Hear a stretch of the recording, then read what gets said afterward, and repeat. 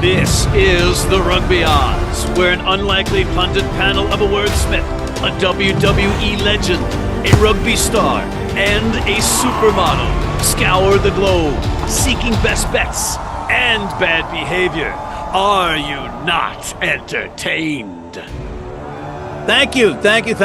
We appreciate it. We had a much better week picking matches, but we also had a very entertaining show last week, and we have an equally entertaining show this week. And if you look in the sponsor opportunity green room, you'll see John Bradshaw Layfield, the WWE Hall of Famer turned rugby advocate who's on a comeback. Check that out. King Gift Egbelu, the inventor of words, world-renowned sevens coach Mike Friday, Steve Elevate-Rugby.com Lewis, and Irish rugby legend George Hook. And if you look at the Your Company name here, Slate, you'll see what we're talking about. So let's get to it. We had a much better week than last week, guys, so credit to you. You did well. Thank you very much for your service. No, wait, you sucked last week and you were better. We were good last week. So don't tell us that we all of a sudden got better. We have been doing well. It's like turning to the starting team and going, hey, you guys are starters again this week. Really? Actually, I didn't do that poorly last week. You just jumped to that conclusion, and we never had a chance to discuss it, and that's why I had a little moment during last week's show. Discuss it? Ooh. Oh, you know what? You live in the biggest glass house on the block, and you're throwing stones? 2 cents rugby. 2 cents rugby. Call us. Throwing stones. Look at Glass House Johnny. Okay, let's talk some rugby, all right? Mike, what caught your eye this weekend? I mean, the South Africans were ruthless. Like, it's just a machine. Just put Wales away. But I have to mention the back row of Wales, Jack Morgan, James Botham. I thought grit, determination, stayed in the battle, tackled their hearts out, got the kicked out of them, to be fair, but they never gave up in what was another ruthless South African performance. Hey, is he the grandson of the cricketer Ian Botham? That's the guy. That's the fella. Yeah, that's what I thought. The good knowledge. Cricketer Ian Botham. That's right, King. You know, yeah, we know who he is. I might have to mute all three of you at this point. Then we don't have a show. Let's steer away from cricket. Gift, what did you take away from the weekend? The brawl in Ireland between Fiji and Irish players in the last minute of the game. I thought this was going to be brethren versus brethren, and it just felt like they just slowly kind of turned into the Welsh, to say the least. Wow, the new whipping boys, the Welsh. They've been in Europe too long. It's starting to change them. If they could fix their lineouts and scrums, they'd be dangerous. But they fix them by going back to the island, and then they come back as the superpowers that they normally are. You know, King, that's a great point. Look at the Seventh Circuit. You know, Fiji and Hong Kong are like supermen, but when they don't care, they can be beat by anybody. John, what did you notice this weekend? I noticed that the English hate Eddie Jones. Oh my God. They put up 100 points on them boys. I mean, that was unnecessary. As the King would say, they were petty and they chose violence. Yes, they did. You called that one right. Tremendous. Like, I got it off the King, so I got to give credit where credit is due. He mentioned that Eddie Jones, they're gonna want to boat race these boys, and they certainly did. I also thought about Scotland. Scotland, a great game against Australia. Two emerging powerhouses. Scotland a little bit better, more ahead of Australia. That certainly showed in the game, but great game. That certainly showed in the game? Yes, it certainly showed in the game. How about you certainly But anyway, John, 7-3 at halftime, though. That kind of killed your call on the over. Yeah, it killed my call on over. I lost one bet. All right, I lost one bet in the last 22 years.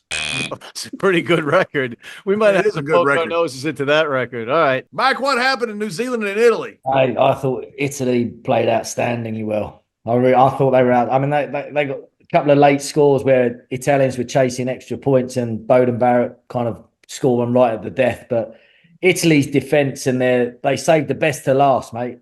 Fair play to them. You have to give credit to the Italians. I felt we saw a truer version of them that we haven't seen all autumn. They've been absolutely poor until this weekend. It wasn't that the Kiwis played badly. I think that the Italians contained them, and they put them under pressure, and it was passionate. So are the Italians the team that we saw this past weekend, or which one's the anomaly? Is it the Italians that didn't look good for a few weeks, or the one that this week they looked like they could play with New Zealand? I don't know. I just wouldn't put a bet on them full stop. I mean, you don't know what you're going to get. I think that's their Achilles heel. sometimes they're rock stars, and then other times they're not. Mike, let me ask you, who we've been watching, Zebre and Benetton in the URC. They've gotten better, and then Zebre at times looks really good. At times they don't look good, just kind of like the Italy national team. Is Italy getting better at rugby? I think so. I think they went centralised with their system, and they were getting very, very good in the under-20s. They were really at Six Nations time, and then those players have started to trickle through into their international team. But then I think they've just had a change at federation level, which may scupper it a little bit, may push it back. They certainly got the player base. That centre pairing now is decent, and the halfbacks that they're delivering means that they're able to compete. It's just consistency. That's the problem at international rugby. You're not consistent and you get punched in the face. All right, guys, we're running out of time. We have our Autumn Nations Player of the Week in the URC and in the Premiership. Again, the nominees for the URC version: Xander Fagerson of Glasgow, Elric Liu of the Bulls and South Africa, obviously, Bundy Aki of Ireland and Connacht, and James Botham, the number 6 from Cardiff. And after much back and forth off camera, ladies and gentlemen, we are going Xander Fagerson. Wait a minute. You list the people, and then you just say, okay, the winner was this. There's no debate. There's no talk show. We're just like potted plants here. 2 cents rugby does. John's mic has been muted in the interest of time and moving the program forward. We're going to go now to our Autumn Nations Series Player of the Week in the Premiership. And Mike Friday, you added a special couple of people into this one. Why don't you tell us about them? Yeah, I added a couple of the RG boys, Montoyo and Gonzalez. Tough loss against the French, but they fronted up. They were both naughty boys, put on the naughty steps, but they certainly delivered and left it all out there.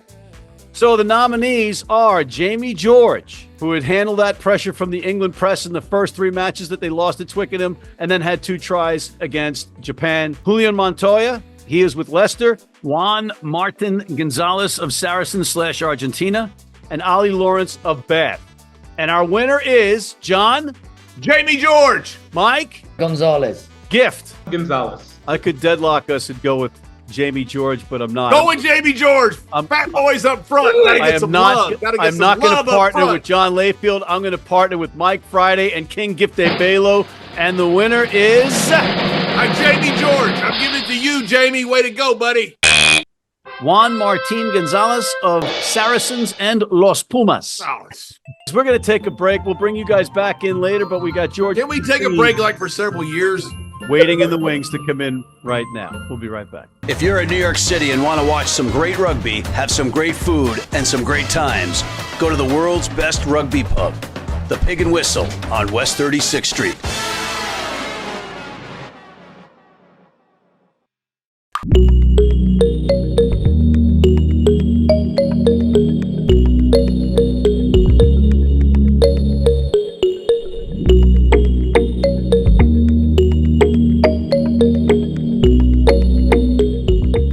And we are back with the smiling faces of George Hook and Stephen Lewis. So, Stephen, Scotland proved you right about the ending of the Aussie Renaissance. I have a prop.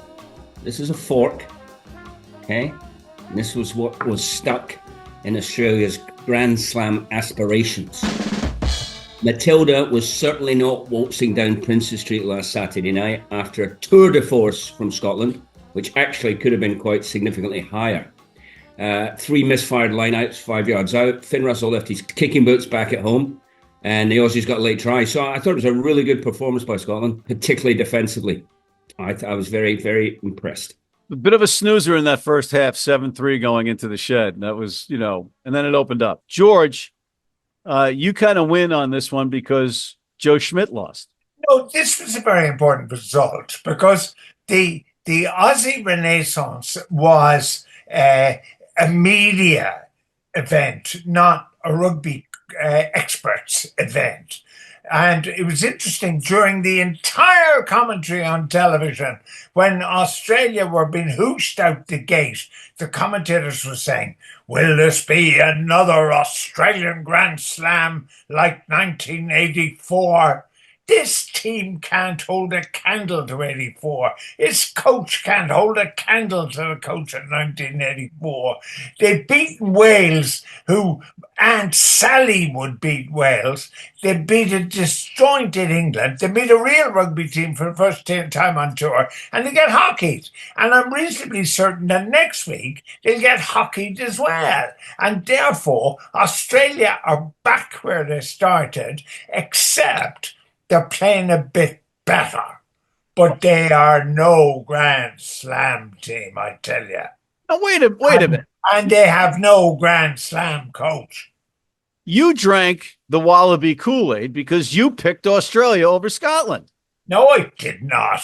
I mean, I think it must have been my temperature at the time with my flu symptoms. I couldn't possibly have picked them against Scotland. You know, our fellow Gaels. You gotta roll the tape back. They speak the same language as we do, those Scots. All right. Okay. We'll claim medical insanity. All right. Yeah. That's what you have for you. Yeah, that's what I'm claiming. Celtic cousins. That's what we are. Yes, of course. Stephen, we're going to go to sevens for a second here because you just came back from a big tournament. Okay, yes, three things happening. So one, I was in Trinidad, Port of Spain, Trinidad, for the Rugby Americas North Sevens, which was won by Canada in a canter. So that's kind of the regional competition. On the men's side, US had qualified. So Canada, they're a couple of steps, they're professional, so they're a couple of steps ahead of the rest of the Caribbean gang. On the women's side, Mexico won late against Jamaica. Big boys start playing this weekend. The World Series starts again in Dubai. Obviously, post-Olympic year, this first couple of weekends are interesting because most squads are rebooted. Lots of retirements. So in the US, you have a new coach, Simon Amor, much like the old coach. But we'll see what the team he puts out, and we'll see how the US goes. And then the third point on sevens, very briefly, succinctly this week, is the farcical decision to give Dupont the World Sevens Player of the Year trophy, which has antagonized as many people as you could possibly antagonize in the sevens firmament. The best player of his generation, global superstar, absolutely. He's played 1.5 tournaments of sevens, and then he did help France to a gold medal. It's spitting in the face of multiple other terrific sevens players to give the guy a gong. Most notably spitting in the face of Terry Kennedy of Ireland, from my own club, St. Mary's College, whose father played in the wing for Ireland. I mean, Kennedy has had a magnificent impact on the game. Now, there are others, and Steve's a bigger expert than I am, but I couldn't, yet again, my Scottish cousin talks magnificent sense. Okay, let's change gears back to 15s. And George, I know you have something sticking in your craw, and it's about Curry's concussion. I'm not a medic, but if somebody comes up to you and says, "Hello, George, I've had 5 concussions, and the most recent one was 2 weeks ago. Do you think I should play for England on Saturday?" My good friend Aunt Sally would have answered that question. No. And they pick him. All this horse manure about player welfare is for the birds. They don't give a hoot what happens to these young men. And if you go back, it's quite interesting. Ben Cohen, now you're too young to remember Ben Cohen playing on the wing for England when they won the World Cup. But he is sorry that he played rugby. And he said they had a reunion recently, and he was astonished at the mental health, the physical health, and the financial health, and the morale health of his former teammates. This game has a problem, and I'm not going to be the only guy who's talking about it. Did you ever get a concussion playing rugby, George? I was a coward. How in the name of God could I get a concussion? I spent a lifetime avoiding tackles. But that's precisely how you get them, because that was how I got them, from avoiding properly tackling. But we all know when we get on the field what's going to happen or what could happen. I look at both sides of this argument, and I'm like, I think they're paying a lot more attention to it now than they were 10 years ago, than they were 20 years ago, than they certainly were 30 years ago. And that's a good thing. So absolutely. It's a good thing. But then you have a situation like this where you are paying lip service to this good thing, and then you're allowing a guy like Curry to play. I mean, you're either serious about player welfare or you're not. Well, he can say no. The doctor should be dictating. A doctor, the England team doctor, his personal physician, his club doctor should be dictating what happens. So we're going to take the responsibility completely out of the players' hands. And put it in the medical professionals' hands. Absolutely. The HIA test is he holds up 2 fingers to the guy and he says, how many fingers can you see? And your man's got a pal standing behind him who says, Mick, it's 2. And your man says, 2, Doc. And he's back on the pitch. That's not accurate, ladies and gentlemen. The HIA is a joke. And the players themselves admit that they know what they're going to be asked. They have all the answers ready and they go in, they fake it. Of course you don't ask the players. It's the player's income is in doubt. You know, is he going to turn in and say, no, I won't play, Doc. I want to give the other guy a chance. Of course he won't. All right, I'm going to need to see. Mr. Lewis, who you are blessed to have on your panel, has made the point correctly. The doctor makes the decision. I'm going to quote John Bradshaw Layfield, who's also on this show. And he says, it's a bunch of snowflakes. That's what it is. It's a bunch of snowflakes. It's rugby. It ain't tennis. Everybody is complicit. The players know it's what the game is about. It's like the pitcher having the ball before he throws it home in baseball and blaming the catcher for the pitch selection. The player can make the decision not to play. Asinine. Are you saying another part to this show with luminaries like JBL, Mike Friday, and George and I are never invited to that? That's right. Well, there's not enough room on the airwaves for all of you at the same time, unfortunately. And we have to move along. And before we finish with your picks, George, here's a quote from Warren Gatland. We punched massively above our weight for a number of years, and we've been saying that when the dam bursts, it's going to take a little bit of time to put things right. The dam has burst. Has he been not watching? The dam burst about 2-3 years ago. I'm not sure whether you remember a guy called Vince Lombardi or not. He used to coach some football team in the north of America. Heard of him a little bit. Lombardi said that the coach's dismissal is in every contract except the date hasn't been filled in. So, first of all, this is not a coaching problem. This is a player problem. It's an infrastructure problem. Wales rugby is in disarray. Who caused it? Margaret Thatcher, no less. The evil PM in Downing Street. She shut down the mines. And that's where Welsh rugby was in the mine and in the chapel. Now they're playing for every team under the sun except Welsh teams. So Wales is a disaster area, and it's not going to recover, and it's not Gatland's fault. And I'm no fan of Gatland. He barely edges in my favoritism list ahead of Schmidt. So, I have no time for him. It's not his fault. So we have to open the mines back up. That'll fix Welsh rugby. But hang on a sec. The decision to disincentivize schools, teachers at school from teaching PE was also a major problem in the decline of the sport in parts of Scotland and certainly in Wales and certain parts of England. So politics does affect rugby. Amazing. It affects everything, doesn't it? All right, we're almost out of time. But before I let you go, it's time for our little segment, George versus Steve, in which you each pick a URC match. Stephen, you're up first. Glasgow Scarlets. So it's an 18.5 point spread, which, when you look at the respective rosters, you would think, yep, fair enough, Scotland going well. However, I am going to pick Scarlets. Whoa. I pick Scarlets to beat the odds, not to win the game, to beat the odds. It is a lot of points. Will be heavily rotated. So I don't think they'll be firing at their best. I think they'll be giving fringe players, they've had 18 guys away on international duty for 4 weeks. So this will not be the full Glasgow side. So I'm going with Scarlets to beat the spread. George. Well, Leinster are going to Belfast. 3.5 points to the good, apparently.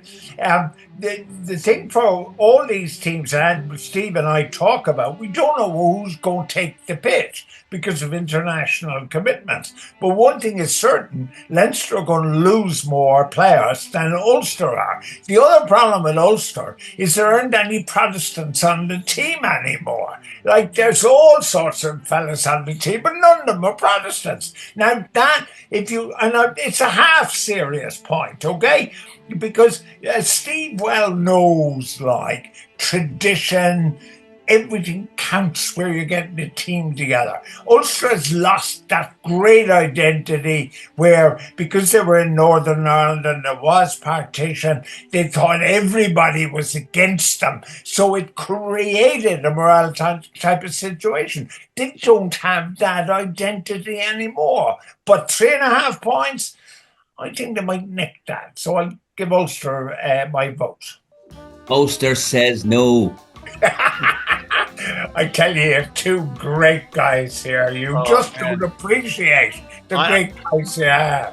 I'm just trying to sort through everything. I got Protestants and coal mines. I got Canadians in the Caribbean. I don't know. I'm trying to make sense of this whole show, guys. I'll catch up sooner or later. But thank you both for coming on, Mr. George Hook and Mr. Stephen Lewis, once again. Don't go away. We'll be right back after this. From New York City comes America's longest-running and most popular rugby show. The biggest names in Major League Rugby, MLR highlights, and big match previews. Rugby Wrap-Up presents MLR Weekly, made in New York City. U.S. fans, you can tune into every match live on Flow Rugby. How do we know that? Because we're on there all the time.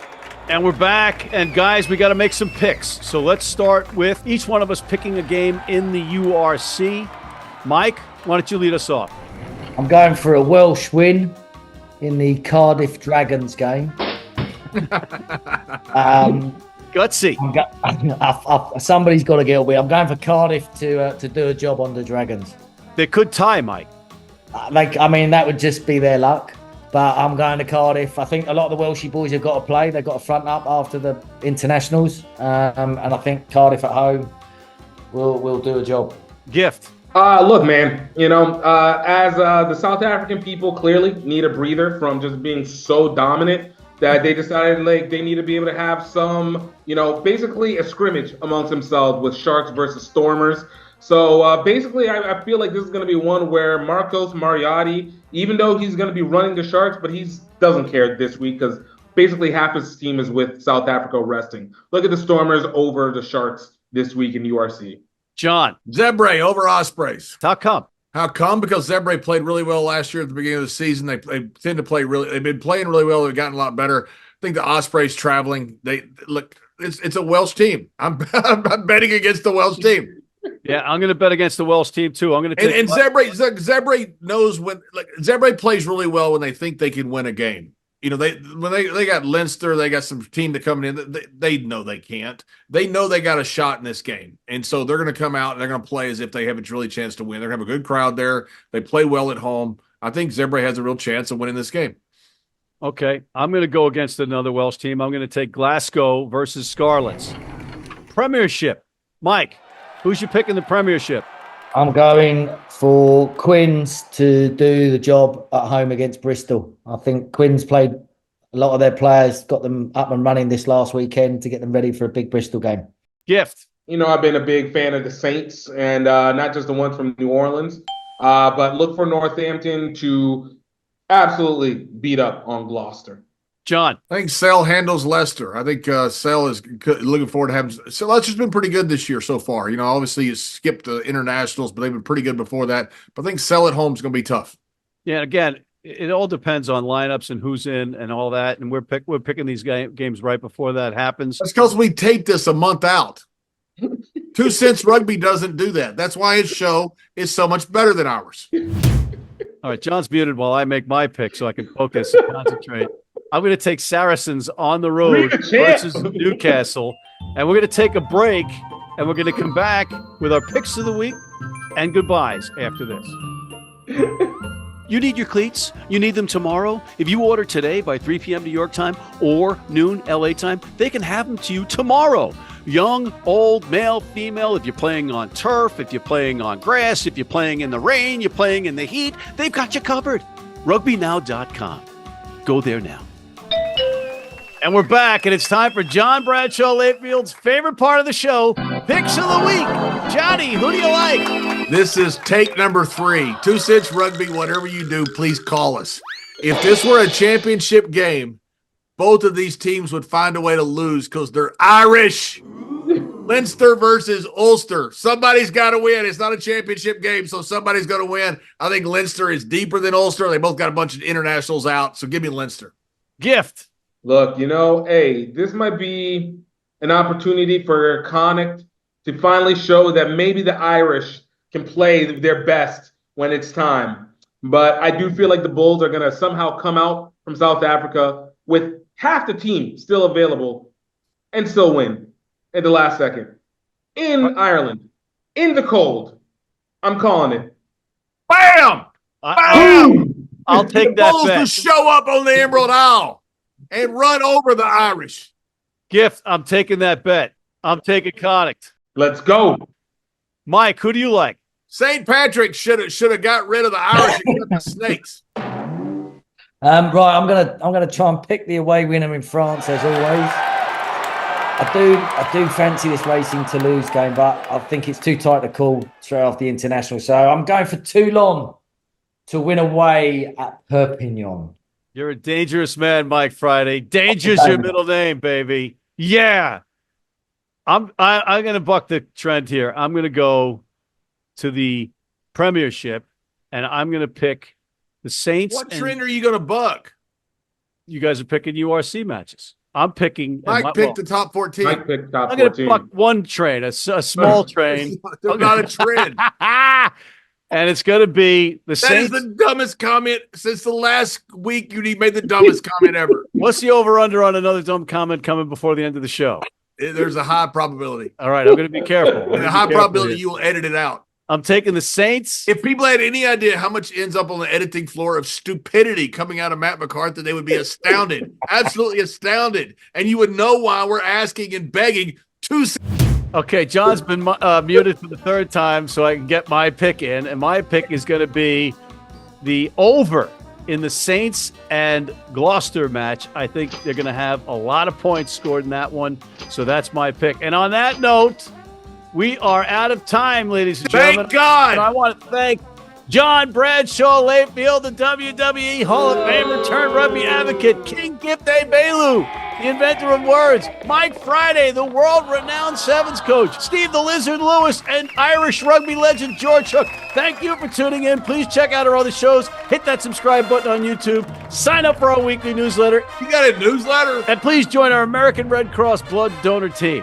Are all 18 of your burner accounts on your newsletter and signing account?